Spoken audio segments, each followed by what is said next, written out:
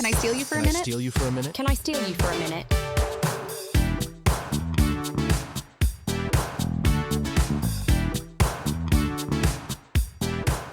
Welcome to Can I Steal You for a Minute, the reality dating recap podcast. My name is Indra. And I'm Mary Bianco. And everybody, it is Mary's birthday. Happy birthday, Mary! Thank you. We're all cheering wherever we're listening from. And I'm drinking while we pod. Yes, she has a full glass of red wine and we support. It's like a Monday night. Let's go. Let's go. No, it's Tuesday. Sorry. I don't know what fucking day it is. I mean, anyway. What year is it? What century are we in? I feel so upside down. Like I'm in the middle of a fundraising drive at my work. And for those of you who don't know, I work at a community radio station. So like these fundraising drives are really important and they're like 24/7 affairs. So my whole world kind of gets turned upside down for 10 days. And then on top of that, I feel like every show we've been watching is ending right now. The Love is Blind episodes are like 3 hours long. I cannot with all the, like I have to be totally transparent. I did not watch Danielle and Taylor's marriage. I just didn't care. We knew what was going to happen. And like, we knew. I had watched the episode and I told Indra she could skip it and she could skip anybody getting ready because when Sara and Ben's wedding ended and we had an hour and 15 minutes left in the episode, I was like, and why? Seriously, I don't know. I'm just mad at all of these shows for like all happening at once. Cause like, I'm sure that people watching Love is Blind are also watching Traitors. Like there's a lot of crossover there and The Bachelor and like all these things. So like but I love those shows, but it's not the only TV that I want to watch. No, and because White Lotus is also back and Severance White Lotus is going on. Oh my God. I'm behind on White Lotus, which makes too. me so upset. And then Patrick and I also have been wanting to watch Honora for like ever. Great. And so we did finally like watch it on Saturday night, which was like, even though I had like literally 6 hours of reality TV to watch, I was like, we need to watch something different. And it was great. It was super great. And I loved it. And I was thinking about it like for a whole day. Yeah. I love it when that happens after I watch a movie. Sean Baker's like that as a director. I also feel that way about the Traitors finale, but I'm going to be thinking about it for a long time. And Love is Blind, I already forget about. Right. Them. I'm already like, who are these people? Like, actually, I was like, after Virginia and Devin, I was like, oh, that's it, right? Like, I totally forgot that Taylor and Danielle even existed. Yeah. Which, like, I'm so happy for them. I am. Too. So let's jump into Love is Blind. Yeah. And we're basically talking about the finale and the reunion, which dropped on Sunday. Yep. So like 2 nights ago. Mary's been killing it with the memes because I have not had time. And it's busy. Yeah. The political comments that continue to come up are crazy. We are blocking people who are being racist and anti-vax on our page. Right. That no engagement is worth that. Like someone said that our views were regressive. And I think that just... Wait, someone said that? Someone said that. I'm sorry, that makes me laugh. Isn't that insane? Kidding me? The party that's taking away everybody's rights is like, you're actually being quite regressive. Oh my God. And block, like, fuck you, I don't care. The economy, like, look, all you fuckers, look at what's happening now. Look where we are. We're all fucked. Yeah, well, I guess let's just jump right into it. Like, the surprise of the whole finale was Sara just casually dropping in. That Ben is anti-vax. No, we were talking about the vaccine. It was like, wait, whoa, what? We were talking about the vaccine? She's I don't like, we want to be aligned on everything. We're talking about Black Lives Matter. We're talking about LGBTQ rights. We're talking about the vaccine. And then she just stopped talking. Yeah, they're just like, we're just going to drop this right here. Because as we have been saying this whole season, like, this show is executive produced by a Trump a Trumper. Yeah, he must be. And conservative people, they're trying to court a conservative audience through this show. Which honestly, it's like, I guess they're successful in having both sides of the aisle watch this show and get something positive out of it. Yeah. Right? Yeah.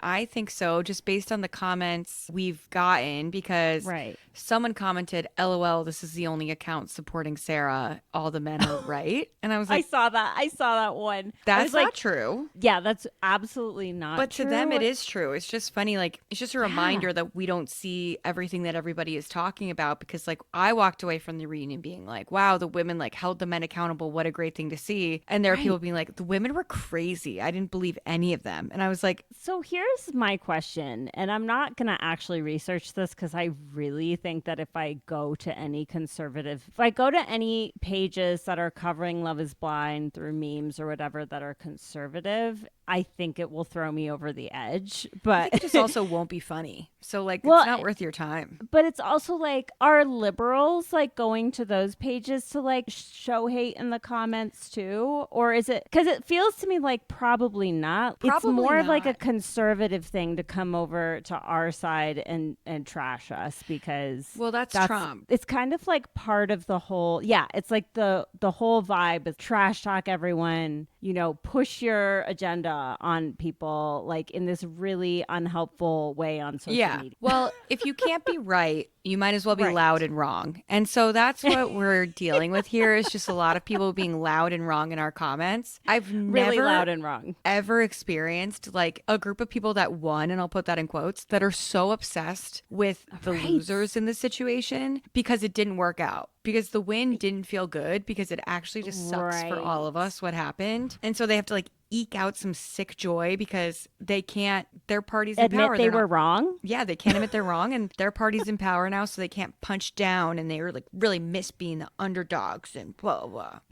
I know. It's like, give it a rest. Give it a fucking rest. We have said many times we're not like super impressed with Sara, like overall. Honestly, this woman should not have said yes to an engagement. Like, that's really what should have happened here. And she shouldn't have tried to date him after either. No, and that part actually almost, like, that gave some interesting insight. So she does reveal in the reunion that her and Ben continued to talk after the wedding, and they made like concrete plans for him to join her in Nashville for 2 weeks up to 2 months or something, living with her to see if they could work it out. Like, this was something they had been talking about all along. Yeah. And then he just ghosts her, basically. What did you make of that whole exchange? Like, I was definitely on Sarah's side for most of that. I was too, and I think it's very similar to what the girl brought up in her TikTok, is that Ben like basically emotionally led her on for all this time and then just dropped her out of nowhere. And that's like the same thing that he did to Sara, and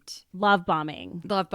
Major love bombing. And what's wild is like, and I do think that like Sara was a victim of that type of love bombing. Yeah. Which, like, I do think she really cared about him. Dare I say she was even in love with him on some weird level. In some way, yeah. These are real people. Like, it is. We have to remember that, like, it is hard to separate yourself from someone who you have connected with so deeply. And she did reflect in the reunion that she felt like, I realized I just like didn't really know you at all. And which I was happy to hear her say. But it was like the whole values conversation was like, just, it was already an issue in the pods. And like, you just have to wonder, like, if you didn't really know him at all, but you did know this information. Right. I guess the love bombing has something to do with it, but like you shouldn't have gone through with this whole thing. And like it was kind of irresponsible in some ways. Like, I think Ben's fine, I think she's fine, but it was just like, you knew it wasn't going to work out. No, it's definitely not going to work out. Yeah, and I think for her it's like, I feel like she thought she could change him. Yes. And I just think that people need to stop signing up for that project, because it's just not going to pan out the way you want. And I think that Ben, in trying to excuse himself, categorize what's going on with these guys and with a lot of men in general is that, well, the homilies about gay people didn't really pertain to me, so I didn't really pay attention or remember them. Right. okay, that's not great. Like, you don't know any people from the LGBTQ But he community. does. Because he brought that girl that around friend who said she was a lesbian and she was there to vouch that Ben was like a good person towards gay people. And then so she that wasn't really at the was wedding. all for show. 100%. That's insane.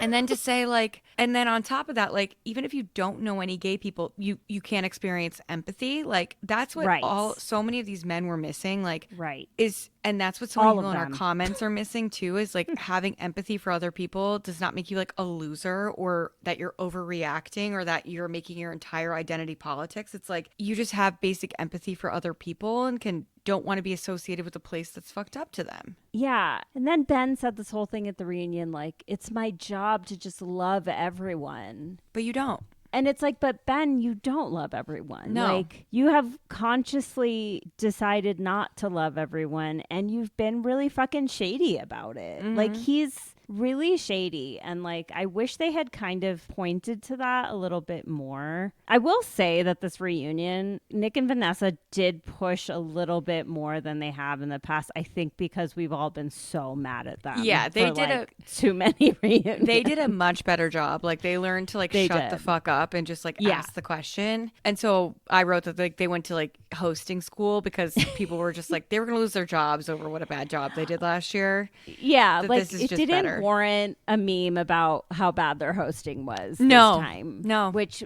is saying a lot because I know that you would have made one if it was the case. So I had a picture of them queued up and ready to go into Canva and I just didn't have to use it. Yes, see, here you go. Like, we were ready and you guys exceeded our expectations. Our expectations were on the floor. They were below ground. They were in hell. But you know, we're up here above ground now. Sarah's more mature than Ben for sure. But I wish that she had maybe addressed some of the like white saviorism that I'm sure even at the point that they filmed the reunion, she was receiving comments about, because at least at least the first 6 episodes had dropped by then. So, and I know people have been talking about it. It's not just us, obviously. No, I think they saw everything at that point. But I mean, like the reaction from the public. Oh yeah, definitely she had seen it, and like she follows us, so like she's probably seen some of the commentary going on our posts about her, and there wasn't really a right way to address it. I was gonna say right way to address it because like you move away from the issue that is Ben. Like I obviously want her to address like her issue of being white saviory, because like I've been guilty of this too, and I think that's like the reaction to how shitty Even though things I'm not can white. be. I've definitely been there. I think it would just take away from how shitty Ben was. Like, and I don't want him to have the out. Like, that's right. Her trying and not doing a good job is so much better than him not giving a fuck at all. Yes. And also, like, that's I don't so true. think Nick and Vanessa are the people to have those conversations. Like, right. I'm hoping she's holding herself accountable and like her sisters can like talk to her about it and be like, hey. Yes. This is how it's coming across. I think she did learn a lot from the relationship. I was dying when Ben was like, yeah, someone contacted me from other seasons and was like, start practicing for the reunion. Like, I'll help you. And he's like, I don't want to throw them under the bus. And like, Sara, who was it? She just goes, Jimmy. She's like, why are we making this a secret? And then she was like, it's not even about him. Like, no. It's about you, Ben, and your shitty behavior, which I appreciated. Like, me too. You know, ultimately, I think I like Sara. Yeah. I think she is, her heart is in the right place, and that's like really important. And I think that I was about to say like, oh, I hope she goes on a podcast to talk about it. And then I'm like, but who could talk to her about this? Who's like in the bigger podcast sphere, who would be able to like really get into a good conversation with her. And there's just not anyone. Like, definitely not Nick Vial. I was going to say, I'm worried Nick Vial would try and just, it would be horrible. Not Caitlin Bristow. No. Like, maybe AD and Ollie on their podcast, they'll talk about it. Although I'm just not really sure about them either. Yeah, but at least they're not white. I mean, at least they like have a perspective as like non-white people, you know. Yeah, but I remember AD being kind of like conservative, so I don't know what would end up. She still gives like very I want to be wifey vibes. Oh, Yeah. Like, and I'm very curious to see her and Ollie on Perfect Match and how their connection sort of forms and what that's all about. Isn't it interesting that this season was so boring? They spoiled a Perfect Match couple. Like, I know, like, we had literally. Like, spoiler, we had one wedding come out of this, one marriage come out of this. And so they're Yeah. like, oh, we have to like prove that like these shows actually make a difference. And like, Right. It's kind of like, don't worry about it, guys. Like, no. we're all going to watch anyway. Yeah, of course. I'm not here. Hello. Like, I did not watch the only actual wedding of the season. Like, I didn't want to see that content. I only wanted to see the drama. Yeah. I only agree. wanted to see the breakups. Yeah. No. You can stay with that and we're all good. I agree. But speaking of Taylor and Daniel, that tattoo made me reconsider everything. We've all gone from thinking Daniel was a creep to not thinking Daniel was a creep. So like, I'm a little bit back. I'm like, that's a really weird tattoo. I do not like it. And you've known her for a year. It was also like, there was like that shadowy rectangle around it. Yeah, it's almost like he didn't want it to just be the eyes. So it's like there's like the shadow of her face. Daniel got Taylor's eyes tattooed on her chest, which he referred to as not a lazy eye, but one gets a little bit droopy. I did not like that. I would have preferred if he got a Taco Bell lip tat and called it a day. Yes, like, or like literally go as cliche as they come and like get her name on your chest. The eyes. The eye tattoo? It was bizarre. It was bizarre. It was weird. I hope things work out for them. If I was Taylor, I think that would be like a major turnoff for me when we were having sex. I was just saying your own eyes are going to face you, but if you love your eyes, then... Maybe, yeah. I mean, surely he consulted her before he did this. Yeah. And she was okay with it. So, you know, their whole vibe, it's not for me. Like, I don't want to be in that relationship, but they just seem so in love with each other. So it must be so nice for them to just sit there and just watch the rest of the cast. Just like, they don't even have to talk at the reunion because everyone is like so intertwined with each other and just fucking each other over. And they're like, yeah, we're good. Everything's great. We had Christmas. Yeah, it was whatever. Okay, who else do we need to talk about? Well, I'll comment on Taylor and Daniel's wedding because I did watch it. Okay. It was really cute. Sorry, like, everyone. It's okay. There's not much that was going on. They got like 10 minutes of the episode because there was nothing dramatic that was going to happen. Like, even like she never had a freak out that she wasn't sure. They wrote each other notes saying like, see you at the end of the aisle. Like, I love you, whatever. And like his sister, who is legally blind, she played the piano and she sang Can't Help Falling in Love by Elvis Presley. And it was really sweet. She had a really good voice. Oh, that's sweet. It was really sweet. And then their vows to each other were like, Daniel had like written down vows and then he just went off the paper and was like, I just have to say this, like, just looking at you, I just see it. I just see our future. I see our life together and I'm so excited. And then she responded and said, my soul has known your soul for a lifetime. And it was really sweet. Oh, so I think they'll make it. I hope so. I mean, yeah, like I really hope so. Yeah. That would be, it's nice to see a real love story. And I do think theirs is a real love story. I agree. Despite the show's attempts to create drama. Didn't work. Didn't work. That's how you know it's the real deal. Okay. Virginia and Devin. Oh my fucking God. Devin, okay, you know, the last time we recorded, I was like, oh, am I being too, like, mean about Devin? Like, are we being too harsh on him, like calling him a child and immature and all these things? So turns out absolutely not, because we find out stuff from Virginia on the show, but then Mary also saw stuff in her stories that gives us even more insight into what was going on with them, particularly financially. So what we saw in the show was that the thing that sticks out and that they specifically mentioned at the reunion was this like wedding gift of cash. Was it given by his mom? No, it was his or an his mom's coworker or something gave Devin a check, and the check was for $1,000, which is a very nice wedding gift. And very nice.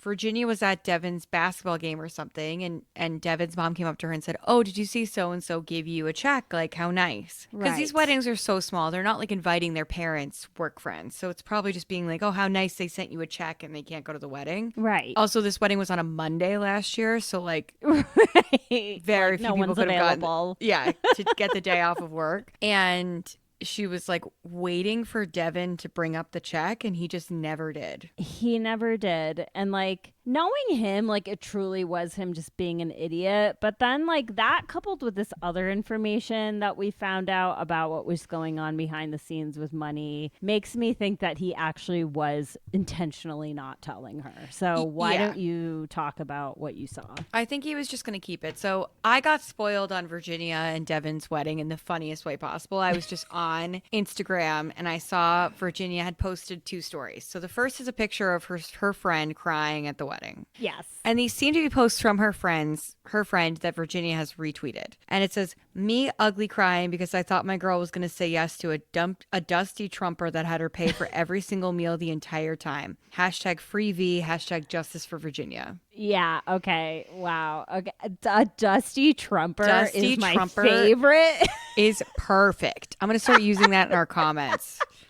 Listen, you dusty trumper. I could just like the whole vibe with that. That's such an excellent phrase. A dusty trumper. A dusty trumper. Literally, she paid for every meal. Yep. Like, and this is not a gendered comment. This is like, I feel everyone can do it their own way. I think in this world, if we want women's equality, we cannot expect men to be paying for everything. So there is that. I think when you've just met someone, because literally that's what's going on, and you're just starting to like date each other and live together and stuff, like there should be some discussion or like just sharing of responsibilities. It's kind of like going on a first date. I was just going to say, they're still dating. Like, right. Yeah. And it's like, who pays? Like, that is actually a big kind of insight, I think, into how that whole part of your life could go. Yeah. And like, some people, they want the man to pay for everything. Some people want to split everything down the middle. Some people, maybe it's the other way around. That's definitely more rare. I don't see Virginia being the type of person who would expect Devin to pay for every meal. No. Like, obviously not, because she paid for every meal. But like, she clearly wanted to have equity in her marriage when it came to financial things. She brought that up very early on and talked about it many times. And it's just very interesting to know that that was going on. It's not something that we saw, and that was probably just eating away at her this whole time, you know? I think it's just also like, it's nice to take turns and pay for each other and just take care of each other in that way. Like, just thinking about this week, it's like Ethan started a new job. We went out to dinner on Friday. I paid for dinner. And then like today is my birthday, and Ethan's going to pay for our meals this week because it's my birthday. Yeah. And it's just nice to treat each other. And so to never do that in the entire month that you're living together is like so strange. Well, he clearly just expected her to pay. Yeah. And like, you can see that easily eking out into all sorts of other expenses. Like your meme about how like the sneaker fund, like, you know, Virginia pictured herself dropping $700 on his latest pair of Jordans and being super not okay with that. And like, or like catching him using her credit card to buy Jordans without permission, like a child. Literally a child. He's such a child. And people commented like, "Oh, he was so nice to her at the reunion and she just bashed him." I don't care if he's nice on TV. That to me is not impressive, to be nice on TV and try to be like, "Well, you know, I was so nice to her." He wasn't nice to her. He was taking advantage of her. Like, he saw her as like a free financial ride and like hid money from her. And he didn't look at the, like, I'm sorry, she brought up the prenup like very early. Yeah. And clearly got things into motion. Like, I don't know when she gave him those papers, but I'm going to assume it was at least 1 to 2 weeks before the actual wedding. Yeah. And he didn't have the respect for her and her wants and needs in this very important way to look at it until literally the night before they're getting married. He's literally, after their dinner date, going over to his mom's house to have his mom look at it. He's a fucking dusty Trumper. He's a child who does not have, he didn't respect the things that were important to her, particularly when it came to financial needs. And you know what? That's a recipe for disaster. She knew it. She cut it off. Yeah. And, you know, it does not seem like they are on good terms at all. I don't think they'll talk again. And I think that she was maybe thinking about getting married, and then her aunt came in and just said, like, remember that you've had a great life because you have a great mind. And I was like, that really felt like, to me, that really set in with Virginia, that like, I have made all these good choices, and now's the time to continue those choices. And I just thought that was like a great thing to say to somebody. Absolutely. I really like Virginia. I've been really impressed with her. I think, you know, early on, like, you could have read her as like being sort of like typical girly ditzy whatever. No, and she said on her Instagram today, like, you know, I have a softer side and I'm proud of that. And like, I don't think you need to be one or the other. And she's right. Yeah. Like, you can be all these things. Like, women can be complex beings, everybody. Yeah. It's welcome. Real. We're allowed to. Yeah. And it's just like, I'm so glad that she did not say yes, because it guaranteed they would be divorced by now. It would have, even with the prenup, I'm sure it would have been unpleasant. She also revealed that she said the sexual relationship was not there, just like we've been saying the whole time. It sounds like they didn't have sex. No, I don't think that they did. And it wasn't like Taylor and Daniel who were like, we want to wait for our wedding day now that we're here. Right. It feels like they both kind of tried to get it off the ground, and it never happened. Well, I just remember that infamous scene of them talking about politics in bed. Like, she was under the covers. It was clearly like nighttime, and like they both were fully clothed. Yeah. Like, which I don't know. I mean, sure, that happens, but like, this is like week 2 of you two being in a relationship. Like, you should kind of be all over each other. You guys like went on a steamy vacation in Honduras, and like obviously the producers told you to kiss in the pool, and that was like what you did.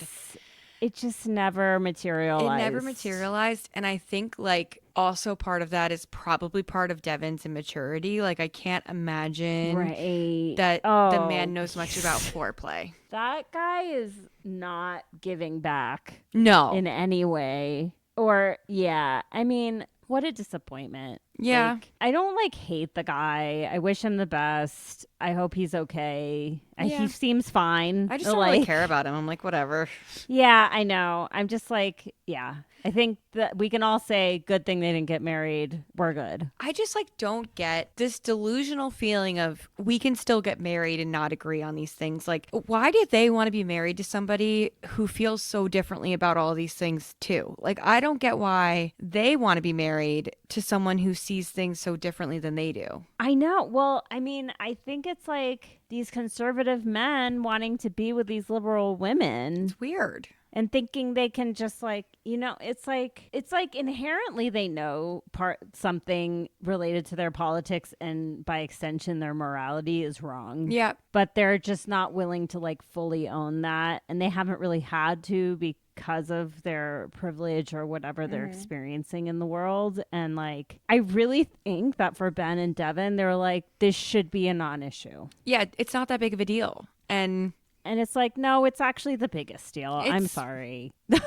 It's a pretty big deal. And if the person you're with wants to make it a big deal, then let it be. Like, that's the other thing that's going in the comments is like, this doesn't have to be a big deal. If I want our house to be blue, I can make that the biggest deal in the world. Like, that's up to me. Like, if I decide that I can't live in a house unless it's painted blue, and I'm not going to live, and you want your house painted red, and that's the main thing. I didn't mean to pick blue and red. I just happened to. Yeah. It just happened that way.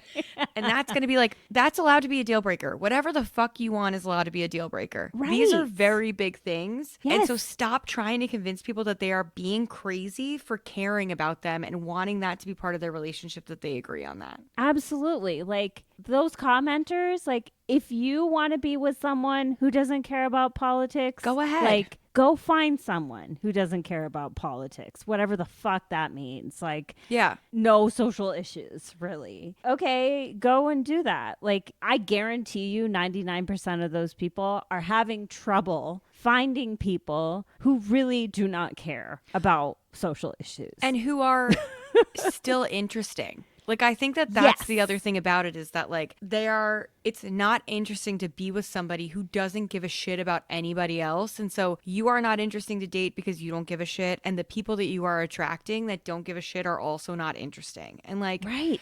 So don't get mad at us. Yeah. For saying it's a deal breaker. Sorry you can't date us. Sorry you can't date Sara. You can't date Virginia. Like, nope. Sorry. There's a line in the sand and it's been drawn and it's over. Yeah. I was flipping through stories on our Instagram like an hour ago, and Dave did like a Ask Me Anything series. Danger. Super annoying, all of it. Especially this one question. Actually, maybe I should bring it up and read it verbatim because I think we all need to experience this. Let me find it. So the question was about like if he's a Trump supporter. It actually says, "Are you a big Trump supporter, brother?" That's the question. And this is the answer. I'm going to read the full thing. I'm one of those people that doesn't understand why we allow politicians to play quote unquote politics. Why can't both sides put aside their differences and do their job of working for what's best for the American people? Why can't we have less taxes and women's rights? Seems like politicians benefit much more than we do from all of their shenanigans on both sides. That is just coded in so much MAGA, dusty I don't Trumper. Vote. He's a dusty Trumper, clearly. Like, it's like, that would be nice, of course. Yeah. But it does not exist. And so stop pretending it exists and that's your political opinion. It doesn't exist. So engage with the system that we do fucking have. And it's also like, Dave, use your fucking brain. Like, taxes pay, part of what taxes pay for are to help people who live on the margins in our country, who need social services, who need health care, who need support, who need roads that work.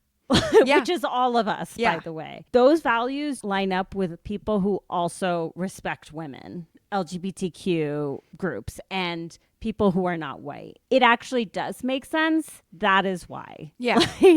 Also, like, so much of our budget goes to military spending. Yes. Tell your fucking warmongering politicians to chill out. Yeah. And maybe we'd have less taxes because 75% of our taxes go to military spending. So, yeah. By the way, like all these cuts that are happening that are really damaging people like on both sides of the aisle, farmers, I mean, like just everybody. If they just cut some of the fucking defense budget, like you could really bring down the federal government spending by a lot in a very meaningful way. Easily. But you know who doesn't want that to happen? Mr. Elon Musk. Yeah. Because that money is funding his stupid ass mission to Mars through SpaceX. And Bezos, Zuck, and Trump, when he could have private investments, were all invested in arms. So it doesn't pay to have peace. And so that's why they're never going to do it. They're just going to keep going and going and going. And I'm not talking about the VA, like that helps veterans after. That actually got sliced to hell through this. So which like, don't talk about how you support our troops. And then after you just like absolutely slice exactly what happened to them. They're making background checks more stringent. So it's going to be harder for veterans to get jobs in the federal government. And so just all around, just fucking people over. It's so fucked up. It's crazy. Like, it's just... How can people see this stuff and continue to defend it? It's getting worse. Yeah. Like every day it's getting worse and it's affecting more and more Americans and like of all kinds. It's unconscionable that they would cut funding for veterans. It's also like, this is a bit of a tangent, but I work in federal employment. We represent federal employees. This did not make anything faster. This has made everything come to a screeching halt. Because a lot of the things they try to do via executive order have to be congressionally approved. Like a lot of these federal agencies, you can't just set up Doge without congressional approval. You can't just fire ahead a lot of these the heads of a lot of these agencies without congressional approval. Right. You can't just fire federal employees alleging performance. There's a whole process that you have to go through that, like, they have to have citations against them. They have to be put on performance plan. They have the right to appeal their... So firing 6,000 employees at the same time, all that's done is had 6,000 and more simultaneous lawsuits come against the government. Because they have oh my God, they have a property interest in their properties, in their jobs. So they're allowed to sue the government when they are wrongfully taken out of a job. And a one-line email saying that you have poor performance is not enough to take someone out of their job. So all you've done is slow down the government. A fuck ton of money is going to have to go to defending these cases and processing these cases. Right. And you likely hired your most qualified. You likely fired your most qualified people. So, and the most qualified people are leaving voluntarily because they don't want to put up with your shit. Yeah. So you played yourself, you fucking moron. We're hearing time and time and again that these essential positions where very specialized people with specialized knowledge have been let go, and then they're like, oh, whoops, we actually need that person back. Yeah. ASAP, because no one did their due diligence. It doesn't work. You can't just slash. It's so irresponsible, and it's affecting literally the entire world right now in adverse ways, and it's so fucked up. And these men on Love is Blind are part of the problem. Yes. Bring it back around. Okay, so now we need to talk about Joey and Monica. This kind of broke my heart. It broke my heart too, because we love Joey. We love Joey, and it was really sad for me to hear that these two just never knew how the other person felt about them. And that was really, like, it was kind of shocking, actually. Extremely. Yeah, to realize that, like, they really hadn't expressed that. Like, I was trying to, like, I wasn't going to go back and actually watch it, but, like, I guess they never said I love you in the pods before they got engaged. No, because we saw them get engaged, like, immediately. And I remember it being like... Well, it was happening so fast. Like, no one knew it was happening. And then, like, they never said it to each other at all. And we're kind of, like, playing this game of chicken to see who's going to, like, commit or back out first. And I felt so bad, because I do think that these two could have had a relationship if they just knew how to talk to each other. Like, I think that they didn't know how to have the conversations that they needed to have. And that just made me really sad. Yeah. And I mean, that made me sad.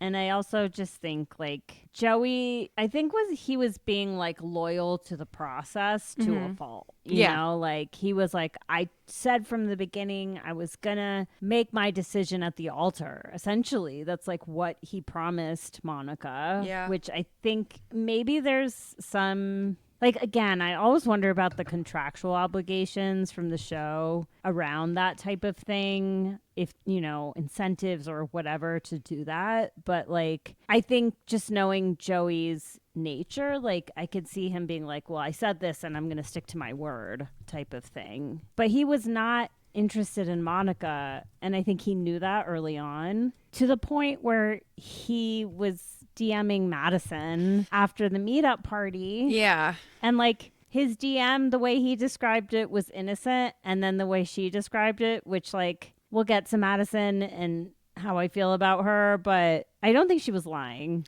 about the way he approached her in that DM, which was very flirty. Yeah, I do think so. Like, you know, we posted a meme that was like, we were rooting for you, we were all rooting for you, and Joey DM'd us. And this made me sad again too, where I just felt like this is a really nice guy who's just going through it. Like, he made some bad decisions. And, like, wasn't trying to be malicious in the DM that he sent, but just is, like, kind of clueless for what comes across as flirting, and, like, and got excited that Madison came and wanted to talk to him or whatever. Right. And, you know, he's just, it's like, yeah, I have to be careful with how friendly I am. And I don't think that that's it. I think that you know the difference between flirting and not flirting. And, like, right. You flirted, and though you took this process, like, seriously by taking it to the altar, you didn't take it seriously by actually investing in the person that you were there with. And she felt that, but didn't want to call it first. Right. I do think that despite what Joey and Madison said, like, or what Madison said, like, I would not be surprised if there were some vibes between them. I'm sure. And Madison was, like, categorically denying that, which I just have trouble really buying into everything that Madison says. Yeah. Which we'll get to with the following conversation. So part of me feels like I don't want to give Joey a pass here because I think he fucked up. Yeah, no. But I don't think he was like, I don't think he would have responded to like nothing, you know, like if there really wasn't some sort of indication, even if it wasn't actually verbally said, whatever. Like he was acting on a feeling. Yeah. And the right course of events would have been to tell Monica, hey, I'm noticing that I'm not feeling this way with you. Maybe even saying like I'm feeling it with someone else or not. Yeah. You know, that could be hurtful. And we need to end things. Yeah. You know, and like he just didn't do that. And, you know, Monica, I think I feel bad for her. Like it was hard to see her say, like, watching it back, how difficult it was for her to watch it back. Yeah, she's clearly very hurt still. And yeah. And she looked beautiful. She looked really beautiful. I may be biased because she and I had the exact same wedding style. She looked beautiful at her wedding. Like, yeah, I was dying because I had a sweetheart neck, same ball gown, same hair, and then pearls on her veils. I was like, I really had the most basic wedding look of all time. But so classic and beautiful.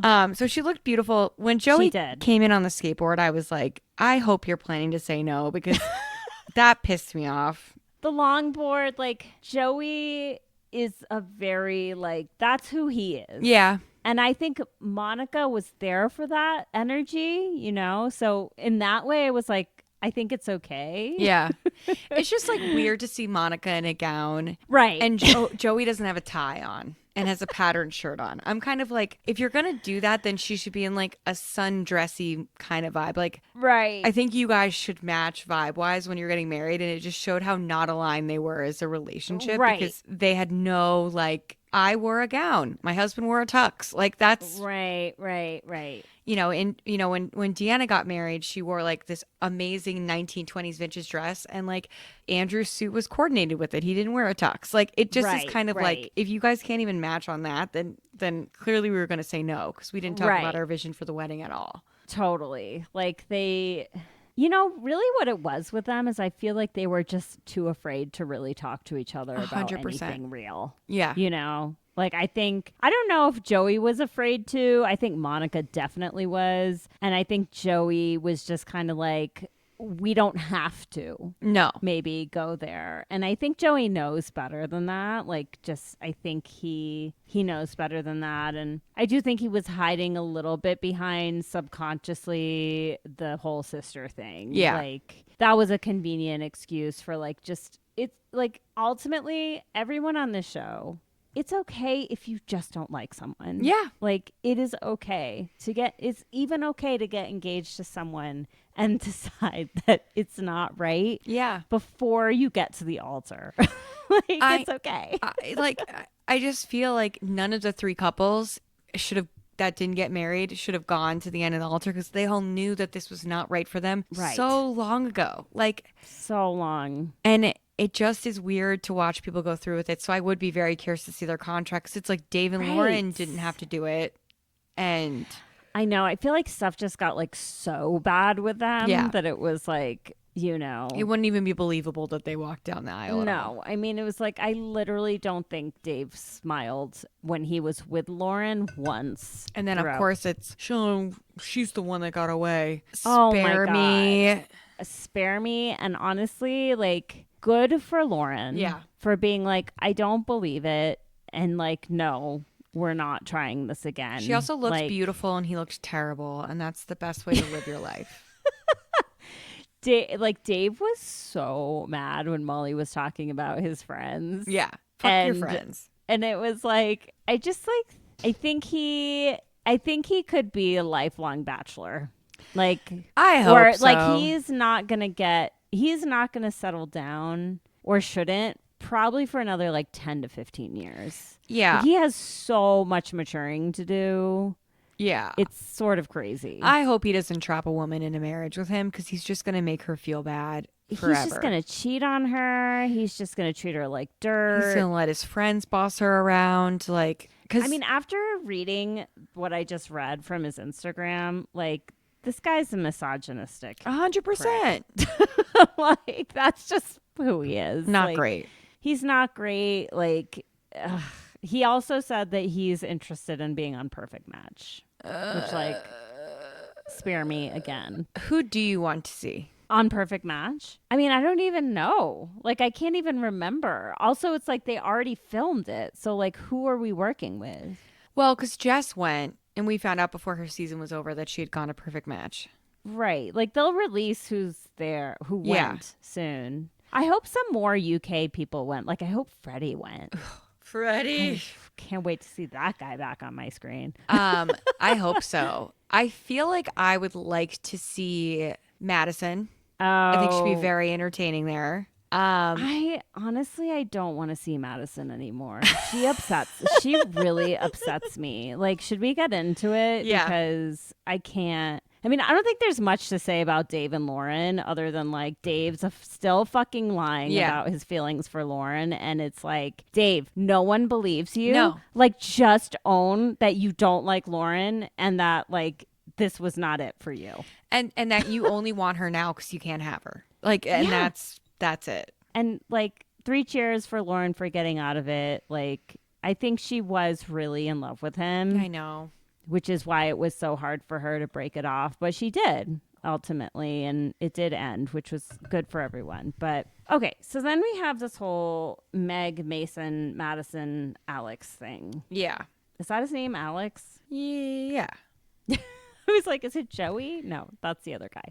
Madison's armpit receipts. I always just love, like, where are the receipts going to come out of? I still think the most iconic is the QR code on nail. Someone's nail. Yeah. Like, that is incredible. That was the best.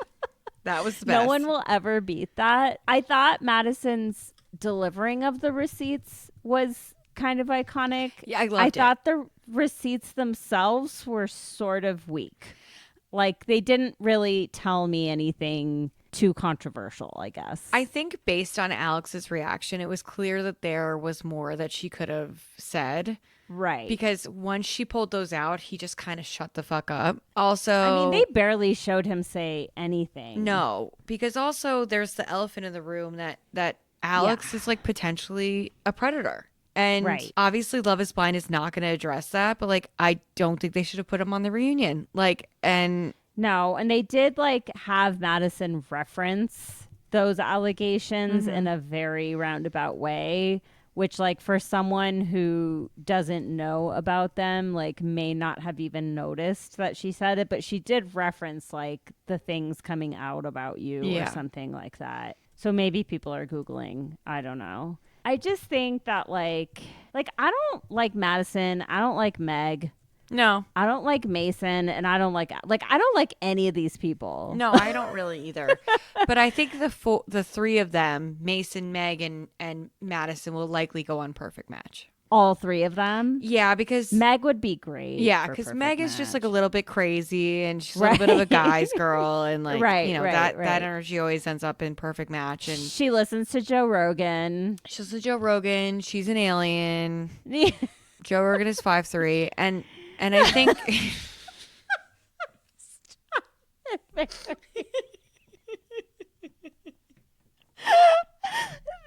was, oh my God.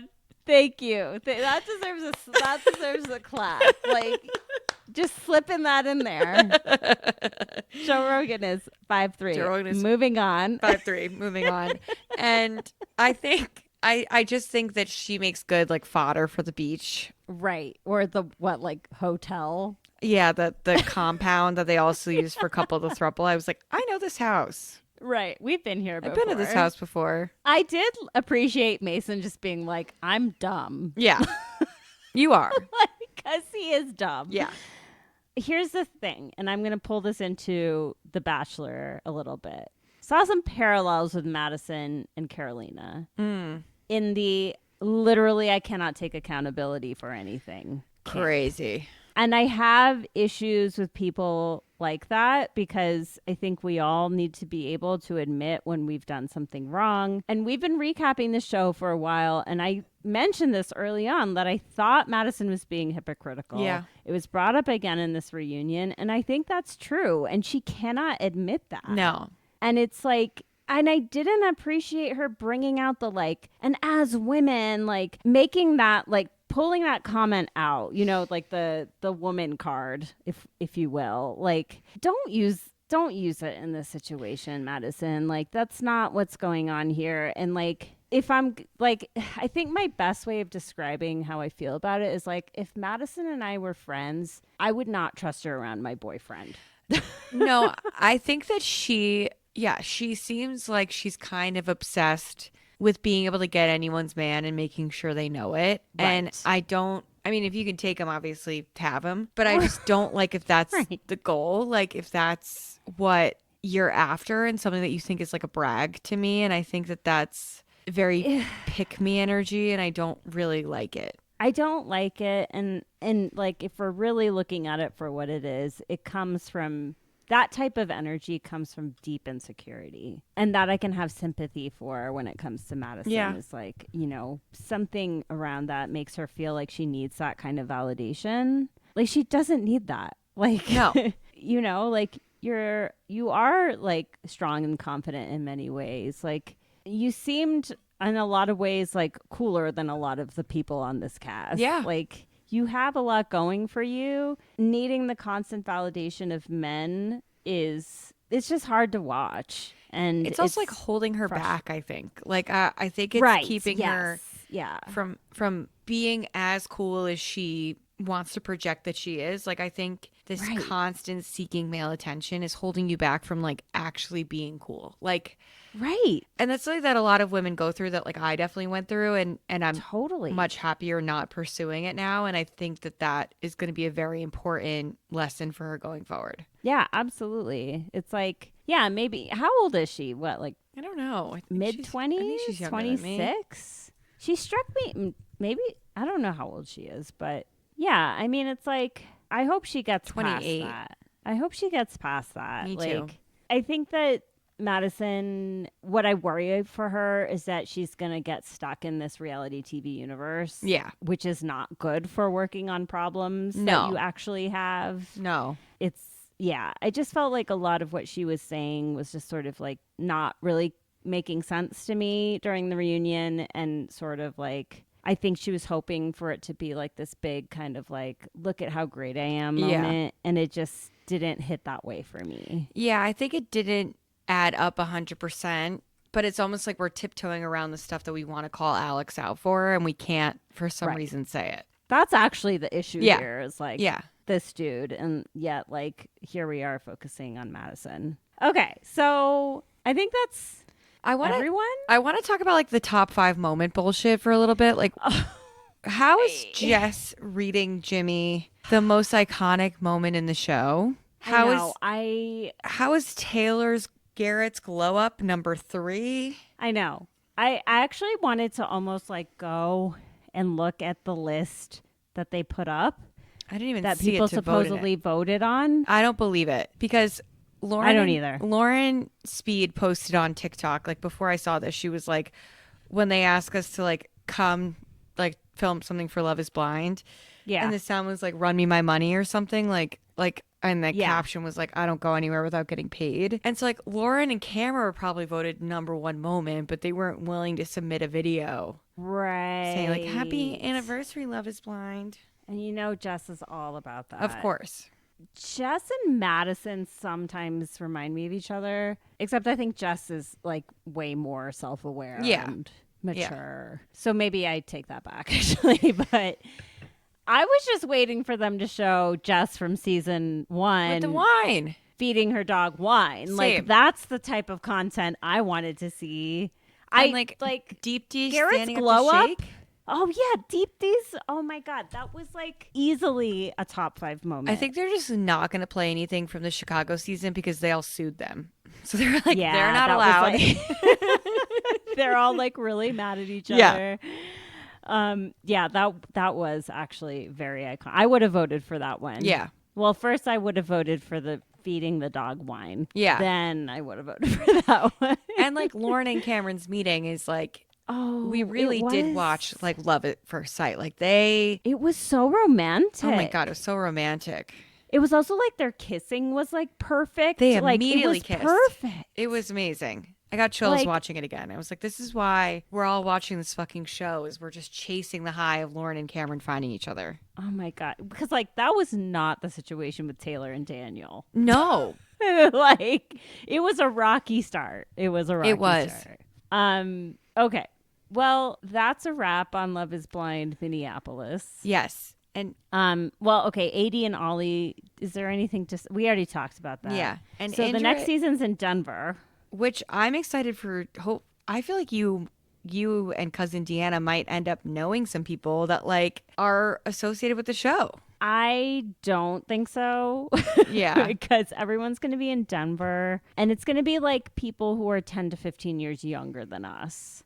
Really? Deanna may know some people because she did a master's program at CU Denver. Yeah, I feel like she might. I'm pretty sure none of the like KGNU DJ community went on Love is Blind. I think you would know. You'd know by now. You're right. You'd know. I would know. It filmed. I think it filmed last summer. Yeah. And like I saw stuff about things being spotted and whatnot. Yeah, we'll see what happens. Maybe I'll like try and scope out some spots. Yeah. Probably not. But if there is some weird way that I end up knowing someone, I will be thrilled. I cannot wait. I hope. I think it'll be an interesting way for me to get to know this area. Yeah. And like because Denver has like really just it's growing exponentially these days. Like just so many people are moving here. And so I feel like whatever it was, it's like it's changing all the time. It's different. Yeah. I think there'll be a good amount of Boulder people too, if I had to guess. Really? I sort of doubt it. I think so. 'Cause I feel like like when they did the DC season, it was almost like, and the kind of how they're doing New England. I think they maybe learned their lesson that Minneapolis was like a little bit too small to do it by itself. Right. And even though Denver is growing so much, I still think the men like outnumber the women by quite a heavy number. So I think that they might expand it out a little bit just to get more women. If there's anyone from Boulder, I am for sure finding them though. Yeah. Please. Because Boulder is small. I mean, it's not a big town. So yeah, interesting. All right. So The Bachelor, Women Tell All. What the fuck? Well, I think we first have to give context for both of us watching this episode this week. Oh, wow. Grant posted a picture of himself looking very handsome, because he is always handsome. Yes. And just announcing the Women Tell All, and the song that he set the picture to was a Chris Brown song. Chris Brown has been a red flag on people forever. Like, and new Chris Brown. So you're still seeking out Chris Brown music. Yeah. He won a Grammy this year. He did? Yes. What? Yep. He wasn't invited to go, but he won a Grammy. Oh my God. This is why I hate the Grammys. There's no way people can't. I'm sure everyone knows that Chris Brown beat Rihanna. Yes. Should be hospitalized. Her face was busted open. People love to discredit that because she apparently fought back a little bit. I don't give a fuck. If anyone swings at me, I'm going to punch them in the face. Like, I do not care. Right. And they love to be like, this was a one-time thing. No. Something like that never happens once. If you have violence like that in your soul, you are acting on it in many different ways. B, He is a documented serial women abuser. He has done this since his teens up until now. The woman who gave birth to his child went to the hospital on several occasions because of what he did to her. Yep. And, the women stay. Don't pretend you don't know about the fucking cycle of abuse. Don't be naive. His music is not worth this. No piece of art is worth this. No. And to seek out new music by him and use it on a post where you're talking about how, like, don't judge me, whatever, is disgusting. So it's a very bad look. Very bad look. So I commented, Grant, we love you, but seriously, Chris Brown, didn't think he would see it. Or if he did see it, I thought he'd remove the song from the post. He responded, "We all deserve a little grace." This is where Christianity becomes a toxic loophole for bad behavior because some people get absolutely, and I'll use this word, crucified for shit that they do, and other people get constant grace over and over again. As long as you are a man and you are sorry, you get forgiven. And I'm fucking sick of it. There's no grace for a serial abuser who's never, ever taken accountability for what he did. Never. And continues to do it. And so I watched this week, and we'll watch the coming weeks of The Bachelor in a very different way. And maybe I'm not. I'm not going to discredit it. You might think I'm being over dramatic. I'm not. No. If you don't give a shit about women, I don't have to be kind to you all the time anymore. Like I'm upset by this. Is the post gone? No. Which one is it? I think it's pinned. It's the second one. Don't judge me. Okay. Many people commented on this. I'm kind of divided, like back and forth. Yeah, there was one person who commented like a list of 14 things that Chris Brown did to women related to assault. And it's not just beating, it's like sexual assault, like rape. There's a lot of stuff. And yeah, it's interesting hearing your perspective from this, like from the Christianity perspective. I was thinking about it, like I'm like, how did we get here, Grant? Like, how did we get here? And I just keep going back to like I think it just speaks to like the level of trauma that he has experienced in his life with relation to his father. Yeah. Like, I think it's directly related to that because he has had to do so much forgiving. Yeah. To have his father in his life. And I think sometimes the only way you get there is by having these mantras that like everyone deserves grace. Yeah. To get you through it. And I feel like this is me trying to be understanding and still being like, it is now your job, Grant, to understand how that concept might not actually be what's going on here. Now that you have been able to like, you know, forgive your father and whatever, like maybe you haven't totally forgiven your father. Maybe this is an ongoing thing for you. Like it probably will be a lifelong thing for him, but it's like, it's very misguided to support with the platform that you have right now to support this man's music when there are literally so many other Black men artists who you could be playing their music on that post. Yeah. Like so many. It's kind of unreal. Play your own fucking song. Like, right. Like, and I think it's how I feel about like a lot of the evangelical thing where it's like, if you just donate and you just, you know, your life will be plentiful, it'll be good. Saying everybody deserves grace is so much easier than actually trying to forgive people or hold people accountable for what they did. Because I don't think that forgiving people is just letting them off the hook. And that's like what people get confused with all the time is that like, and people are commenting like, oh, it's not good to live your life with hate in your heart. I don't think about Chris Brown every day and like curse the ground that he walks on. I don't think about him at all. No. Until something like this happens and then I'm actually mad at the person that posted it. And like, I don't think it makes you a better person to be like, oh, I get over things. I don't. And I'm not like bogged down by it. And I think it's this very like fake, easy placebo pill of like things are going to get better if you just like set yourself free. It's like, that's not true. No. And you forgiving Chris Brown for something he did not do to you does not help anybody. No. I mean, I think about, you know, the whole side of like rejecting people's art just because of something they did too is something that will come up in these conversations too. Yeah. Like, first of all, let's be real. Chris Brown is no musical genius. Like, there's not a lot that we need to really like defend here, or if his whole musical catalog went away tomorrow, like it would not be a loss for humanity. I can guarantee you that. I think about it with Michael Jackson a lot because if you haven't seen the HBO documentary, what's it called? Like Finding Neverland or something? Finding Neverland. Leaving Neverland? Yeah. It's basically like the story of two men in particular who were like serially sexually abused by Michael Jackson from a very young age.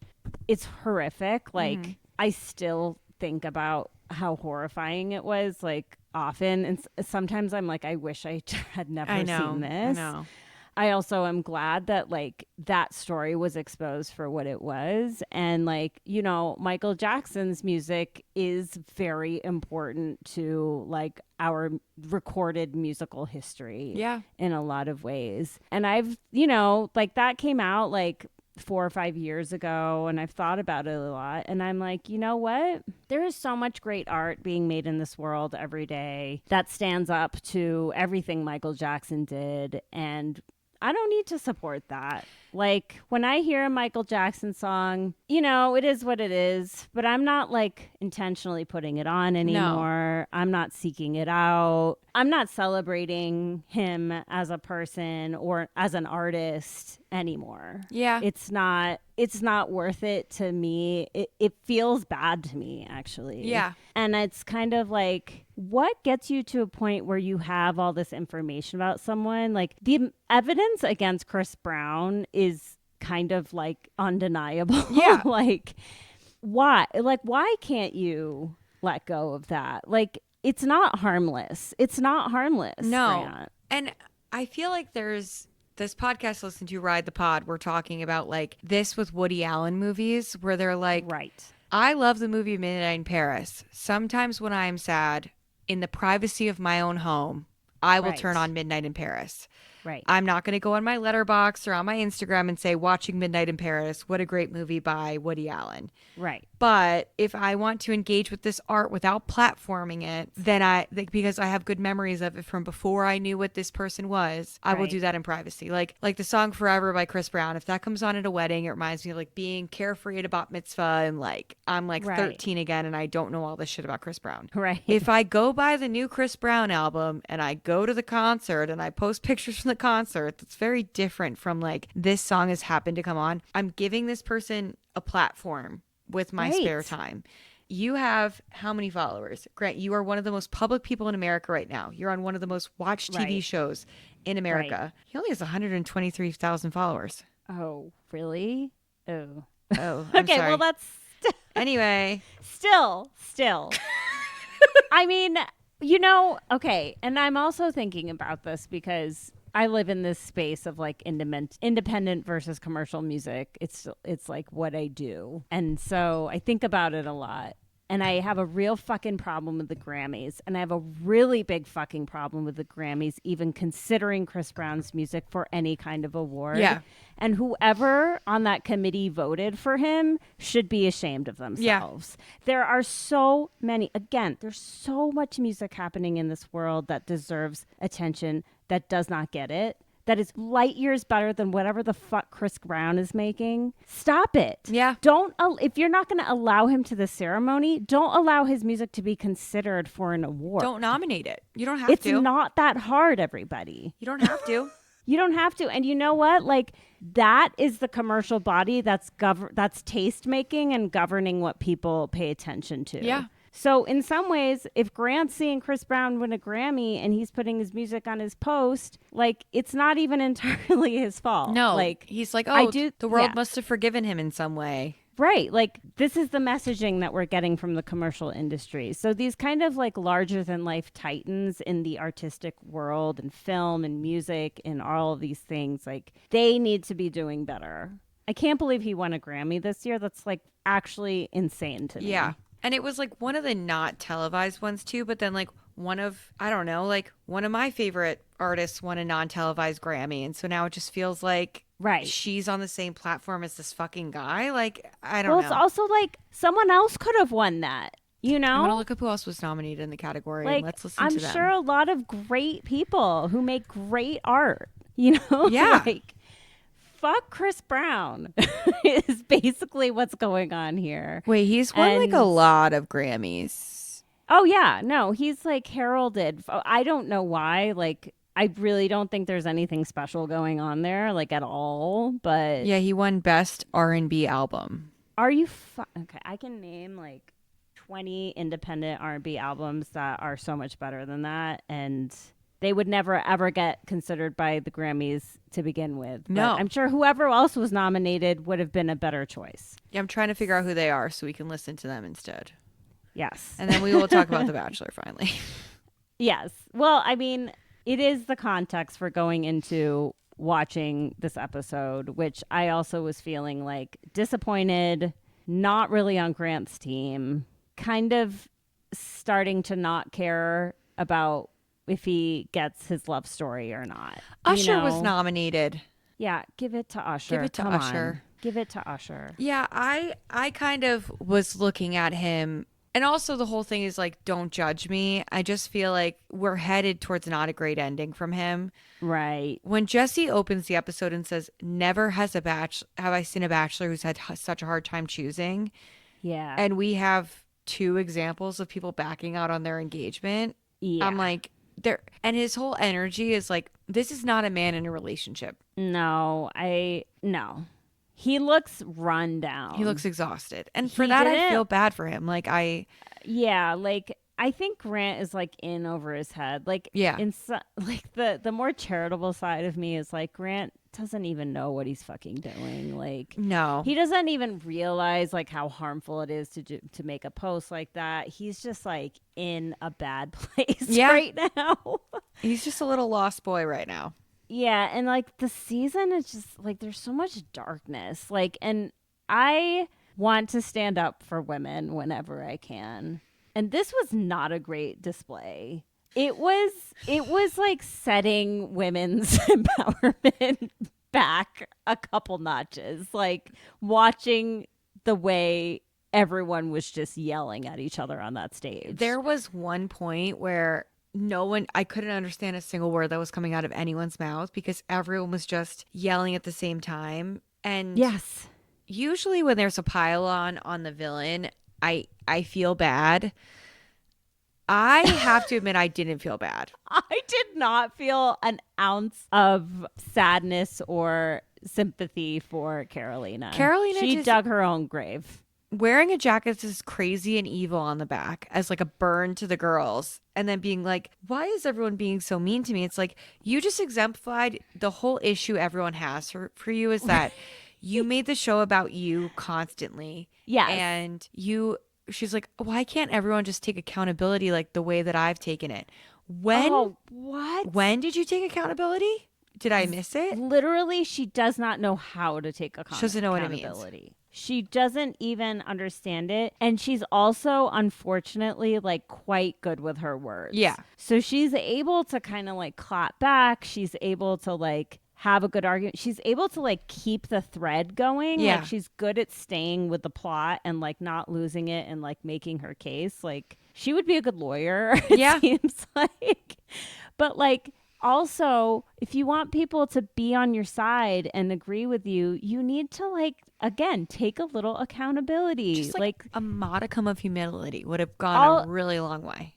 She was like, I did say sorry to Rose. I did own up to that. And it's like, but why do none of us feel like you're actually owning up to anything? Like, it's not just saying the words, it's like really meaning them. And I feel like she just doesn't think anyone else is right ever. She's always right.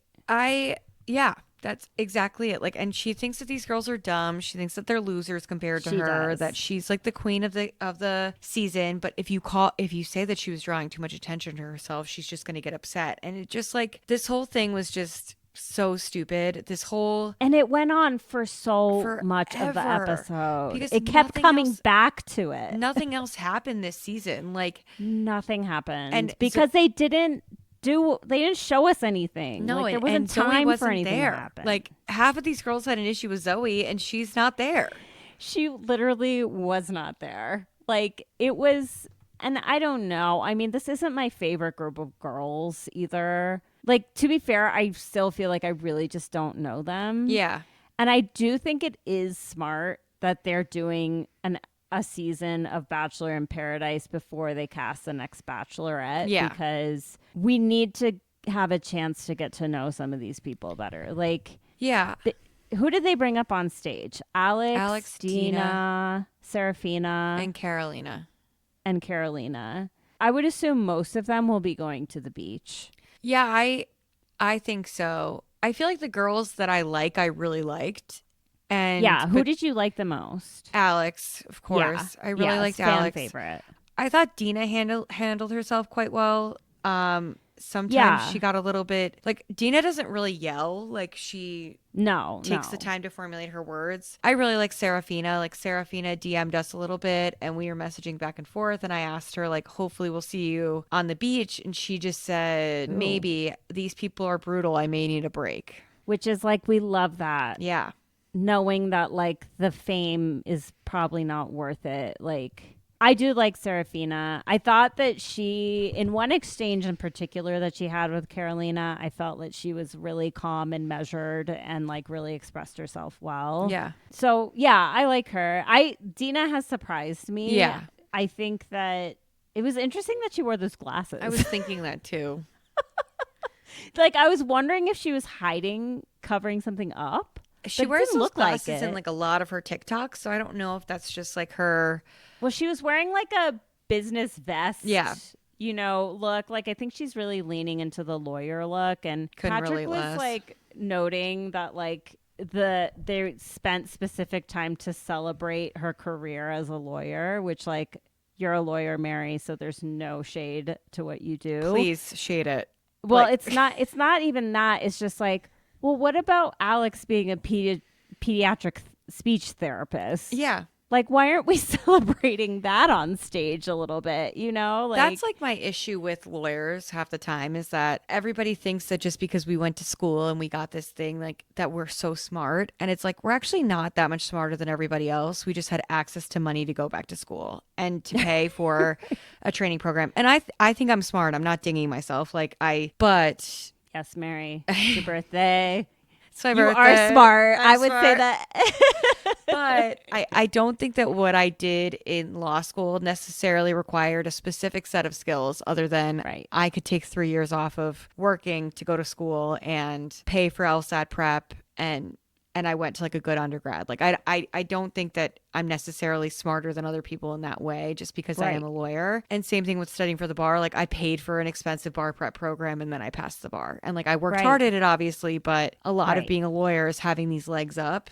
Like access and stuff. And it's one of the more gatekeepy professions. And that's one of the things that I don't like about it and try to push back against constantly. But that bothered me too, because I think it is like just this misnomer that you're like more special than other jobs because this is what you do. And I've met a lot of really smart lawyers. I've met a lot of really fucking dumb ones. So it's not that special just to be one.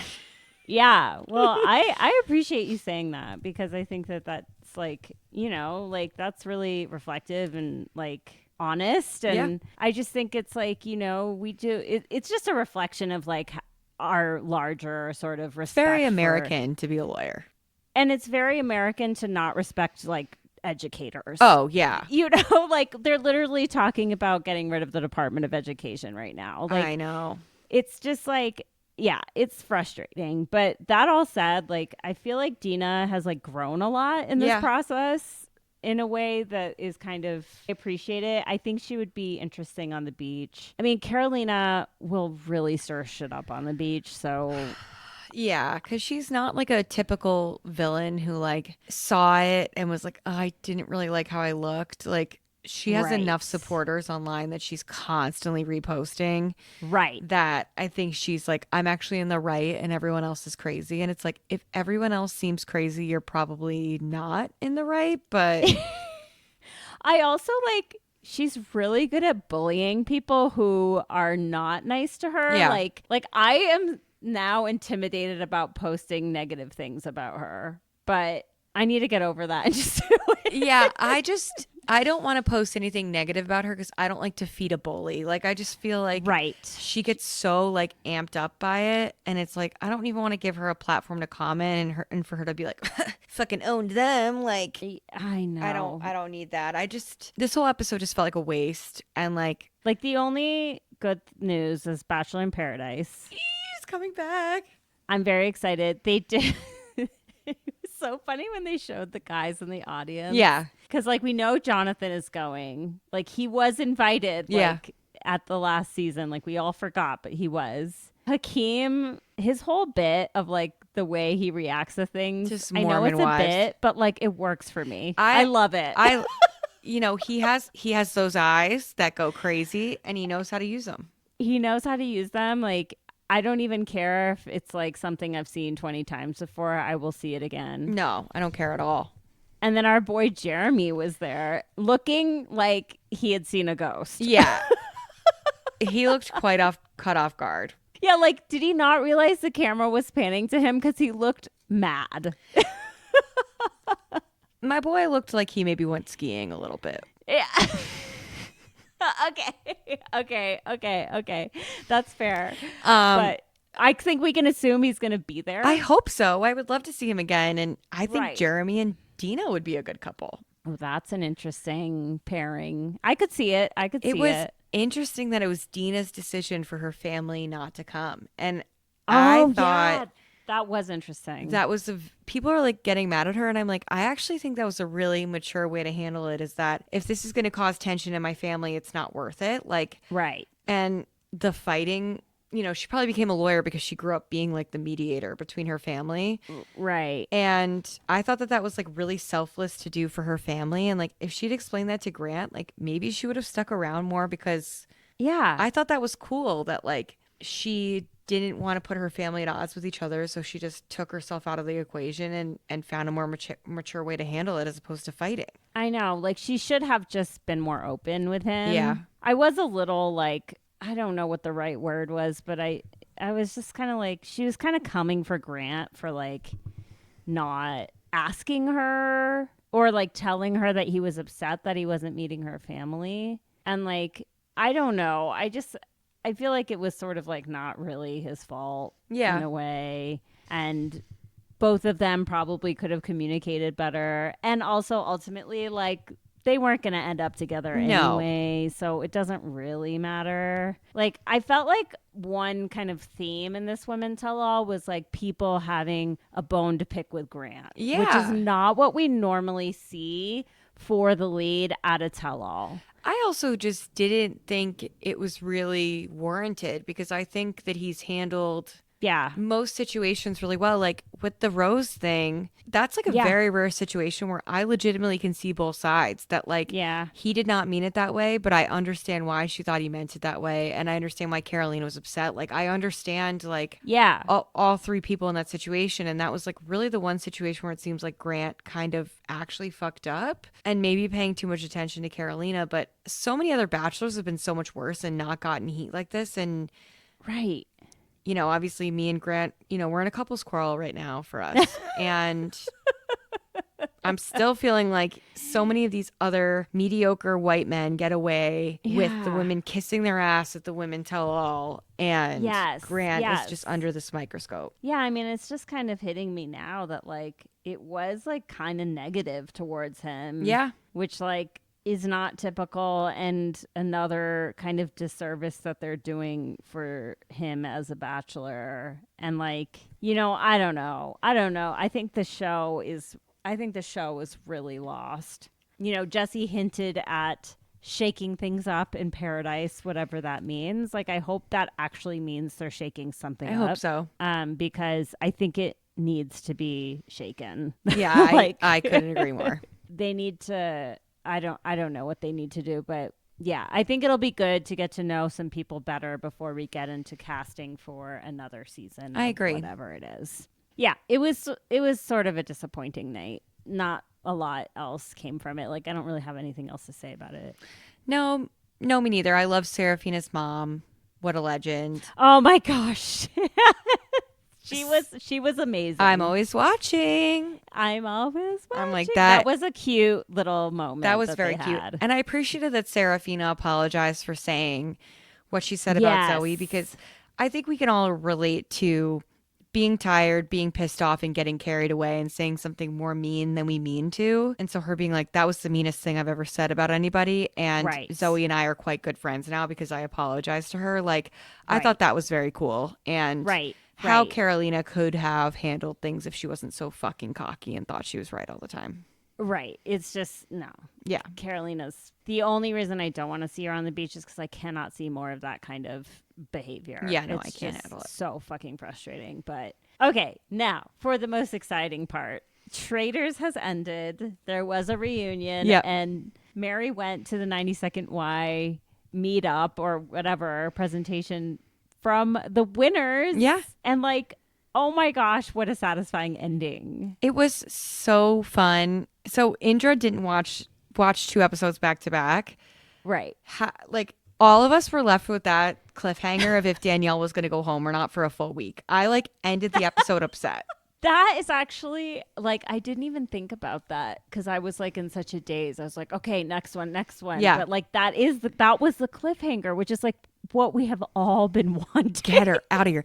And I was worried that she wasn't gone because I was worried that producers knew that like if she wasn't gone, right, her and Brittany would have had the numbers to win and people just wouldn't have watched the finale. Like I would have watched because I love the show, but like I would have. It would have been so much less satisfying. And like I don't really root for the faithfuls that often on this show, but I am so glad that 4 faithfuls won. These traitors were The garbage. worst. It was so bad. Yeah. It was so bad. And the fact that Danielle was the one who made it the furthest out of all of them is the most upsetting part. Also, them at the reunion saying Danielle's the best traitor of all time. Sari won. Yeah. Can by we herself not, as a traitor. I know. I'm like, Sari won as a traitor. She like did the thing exactly the way Her name you're never supposed came to up do it. once at the round table. No, she was so amazing. Yeah. Like it's unreal. Danielle was CT and what's her name? Like they were Trishelle. faithfuls. Yeah, they were faithfuls. Okay. And they like cut other people out. Yeah. You know? Like I did appreciate the kumbaya atmosphere with these 4 faithfuls at the end. I really liked it. I thought Delores was maybe going to throw a red bag and try to get Ivar out again, but it just seemed like towards the end they were all so tired they were ready for it to be over. Right. That I really liked it. The helicopter mission, I was like peeing my pants watching Ivar like fly over. Like they just and like eliminating Brittany unanimously at the round table. I was just like, okay, God. they're onto something now, and it was. And the way that Brittany like became an instant villain. Oh, it was crazy. She was Patrick was like, I think Brittany like is as bad as Danielle or worse. Yeah. But we just didn't see it until later in the season. And I was like, the way that she was coming after Dylan. Yeah. That when he was like, okay, fine. Like, I won't say what It's like, I was Jesus. gonna say. Like, I was like, wow, that is intense. and it was so funny that like she was, without being a traitor, she was sketchy the whole game because like Ivar's entire case against her, she wasn't a traitor for all of those things. So it's like she was just weird. Like, yeah. And it's like it kind of sucked for her that she was only a traitor right at the end. At the end, but they voted her out thinking she was a traitor the whole time. So it just makes her game feel like shit. Like even worse. Yeah, like, even worse. What the fuck were you doing? Yeah. I loved like Gabby and Dylan like finding peace with one another. Yeah, like Barbie and Ken. Right, totally. And like you know how much I love Gabby. Yeah. Like I was so happy to see her at the end and so happy to see Dylan at the end. And I loved that final exchange between Gabby and Danielle at the round table. Oh my God. When Danielle was like, I voted for Boston Rob twice, and Gabby just goes, same. And I don't have it in me to be a faithful. Same. And she's like, you know, I think you're really smart, Gabby. And Gabby's like, oh yeah, I don't think I'm dumb. I'm not saying I'm dumb. And it's like, yeah, you. I think Gabby is a rare bird. Like, she's a star. She's a star, and she's like this type of woman that I just respect. Yeah. You know, like she's so confident. She's got a great personality. Yeah. She's a true girl's girl. She is. Like the way that she is on Carolyn's side just like makes me love her so much. Like I know. she stands up for like the little guy in situations, which I love that. And she's also just like ditzy. No, like and that's who she is. This is like the thing we were talking about with Virginia, but like to the 100th degree, where it's like women can contain multitudes. It's like she has this like ditzy voice, but if you listen to what she's saying, she's like so smart. And she has such a good read on people. She's like openly sexy. Like everything about her is sexy, but she's still like very respectful of herself and not like, causing herself to be objectified. But she's like, yeah, I'm fucking hot. Like, she just is all of this like really good balance of everything that makes her so entertaining to watch. Yeah. She was sick the night of the 92nd Y thing, but she was on Jimmy Fallon last night. So what do you think? She just didn't want to do it. I think she just didn't want to do it. It was after her business hours. It was right. Which is this viral clip going around where she's like, you can get me from 10 a.m. to noon, and that's it. Which, after like, 3 fair. p.m., You know what, I'm Gabby? lethargic. My business hours are getting smaller and smaller. Ugh, I know. I'm dying for a day where I could be in charge of my business hours. It's just 2. Like, Gabby's like, out of my business hours, and I'm like working during the Traitors event. But right. But we still had Ivar and Dylan and Delores. And it was so funny seeing Delores, who like can handle a reunion and knows what to say, compared to Ivar and Dylan. Like, Ivar and Dylan took a minute to warm up, and Delores was just like the star of the night from the moment like she got out there. Like, she was, someone asked her about Tom Sandoval, and she's like, oh, he's lucky, I pity him. Like, it was just like everything she said was so funny. Her and Ivar are like an old married couple making fun of each other. Like, oh, I love it. Like, Ivar was like, yeah, my partner's here. My husband's here tonight. And, it was hard to be away from him and hard to be away from my girls. Like, I'd talk to him on the phone, and they'd be like, please put the girls on the phone. And Delores gets up and she's like, I just haven't thanked Paul enough for how wonderful he was while I was gone. And Ivar was like, oh, you're making me look bad. Like, back and forth. And it was so fun. Cute. Yeah. And what was Dylan like? Dylan is just like a cutie pie. Like, he just was like so sweet sitting there, and like the 3 of them had clearly been doing press together all day, so they were just like a little family. And oh, that's so sweet. Yeah, and I love it. It was really funny because Dylan, like, the commentary was kind of how like Ivar was just there, and like Delores kind of like looked her way into the finale, and Ivar's like, yeah, I kind of rode Dylan's coattails. Right. And Dylan said, like, yeah, the worst thing that you did was we're about to vote at the round table, and you asked Sara how to spell her name. Oh my Are you fucking kidding and he me? What an still idiot. spelled it wrong.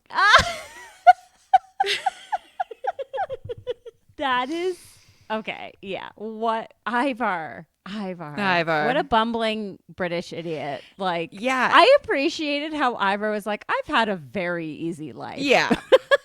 and still is like that. And it was just funny to watch them hang out together. And Ivar was saying, like, I'm watching old seasons at home, and I'm like, oh, these idiots, like, I'm going to play so differently. I'm going to say exactly how I feel. He basically said that they only have a half hour of gameplay every day. So so they really have to get those conversations in quickly and be alone with the right people during that half hour. So like the rest of the day is so structured. It's like sometimes they'll come back from a challenge, go right into interviews, and then go right to the round table. So they've had no chance to talk to each other about who they think the traitors are. And that's crazy. So it was interesting to me because I kind of was like, well, the challenges probably take a couple hours, and then they're just shooting the shit in the castle for 4 hours. Right. And they were saying that they get up at 7 a.m. Yeah. They go to bed at like midnight usually. Yeah. The traitors are up until 2 a.m. And so when you get to the round table, get to the breakfast, they're like, keep an eye out for who's tired because the traitors have like barely slept. Yeah. And Dylan said there were only 6 hard-boiled eggs at breakfast, so he was always hoping to come in first so he could get his eggs. And that like people were like, oh yeah, at breakfast everyone should be looking at each other's reactions. And Dylan's like, I was just like so hungry for protein. I was just trying to find eggs. Oh my God.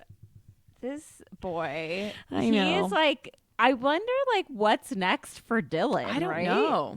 Because like he was the star of the show. Yeah. Like everyone's in love with him. He's so cute. He's so cute. He's just like so likable. Mm-hmm. And like, but he's not an actor. No. He's not a reality TV star. He'll probably just do influencing on social media. He said his dream is still to go on Survivor. Because he's a real Survivor buff. Yeah, he said that's really his dream. He would love to go on Survivor. He'd love to go on Big Brother. I think he really felt like he earned his stripes being in this reality show and winning out against all these gamers, that he really wants to try it himself. And yeah.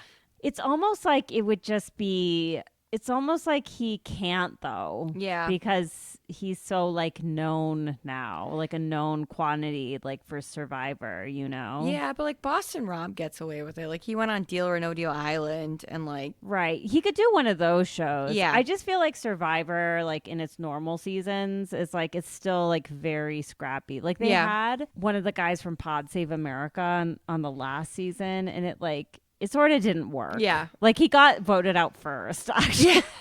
It's just really like, funny. You don't need the money. Get out of here.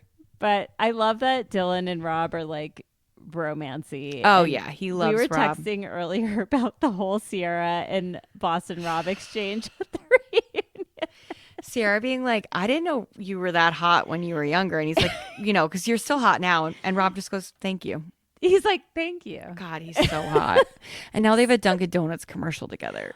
Oh my gosh, look it up. It's worth watching. Like, I don't know. The reunion was really fun to watch. I liked it, and the reunion made me like Danielle more. Like, and because I think she came in and was just like, even her voice was different. Like, she came in and was like, yeah, I was playing a game the whole time. Like, I admit it. Like, I'm a gamer. That's what I do. And Delores was saying that one thing that they didn't show was that the reason that Delores trusted Danielle so much is because Danielle came to Delores and was like, I've watched you on Real Housewives of New Jersey. I know how important your family is to you.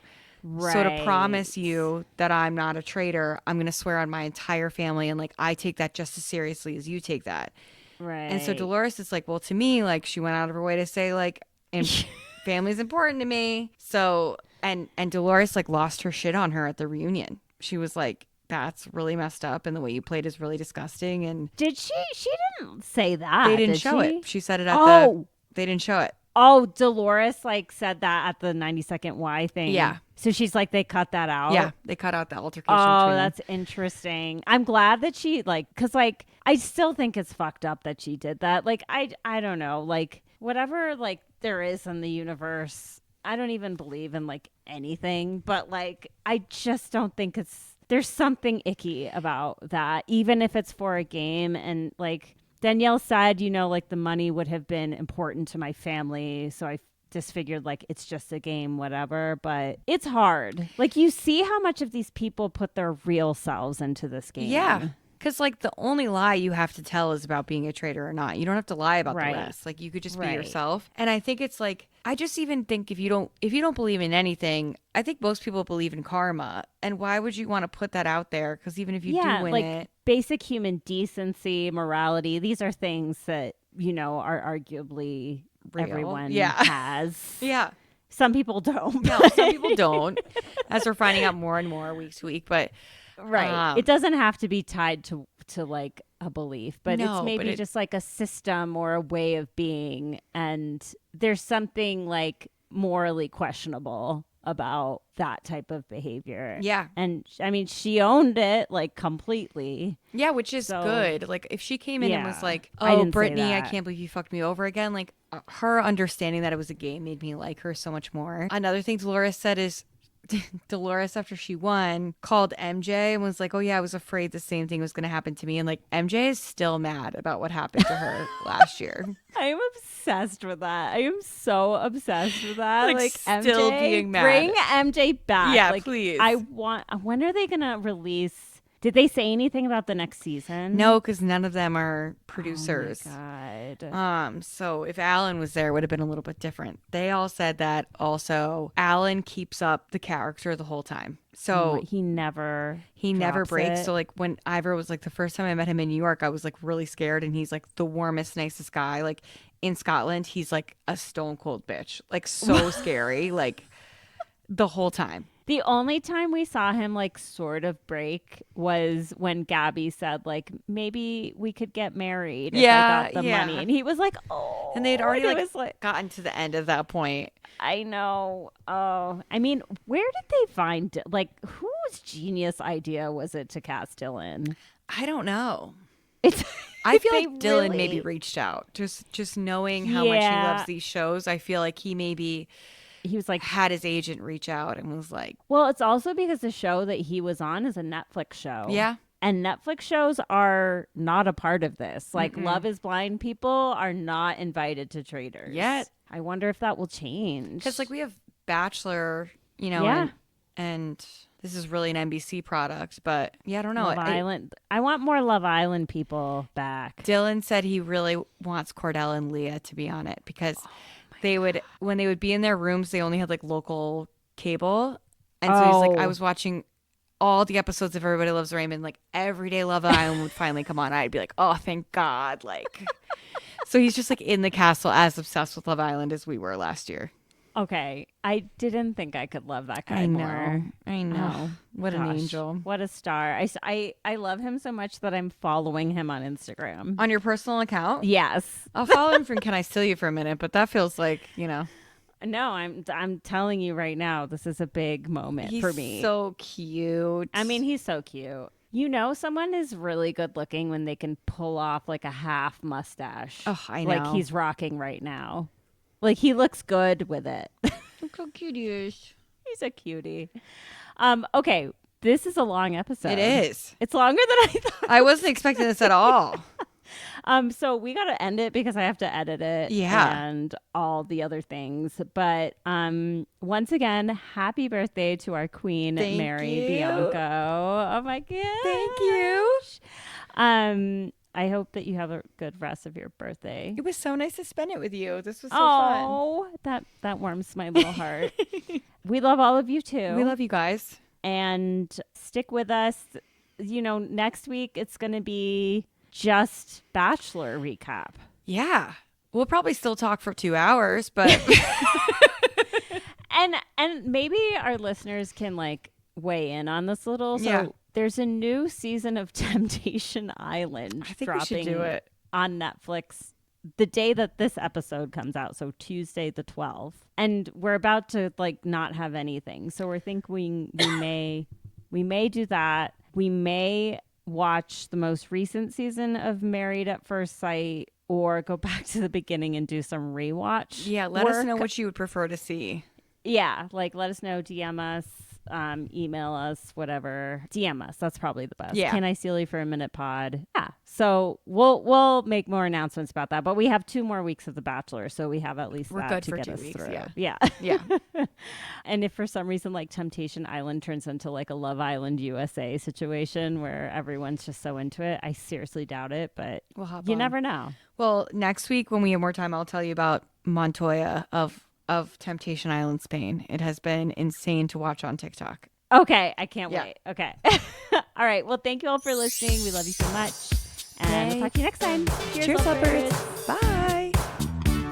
Thanks for listening to Can I Steal You for a Minute? Subscribe wherever you listen to podcasts. And if you like the show, please leave a rating and review. Follow us on social media at Can I Steal You for a Minute Pod and support the show through Patreon at patreon.com/Can I Steal You for a Minute.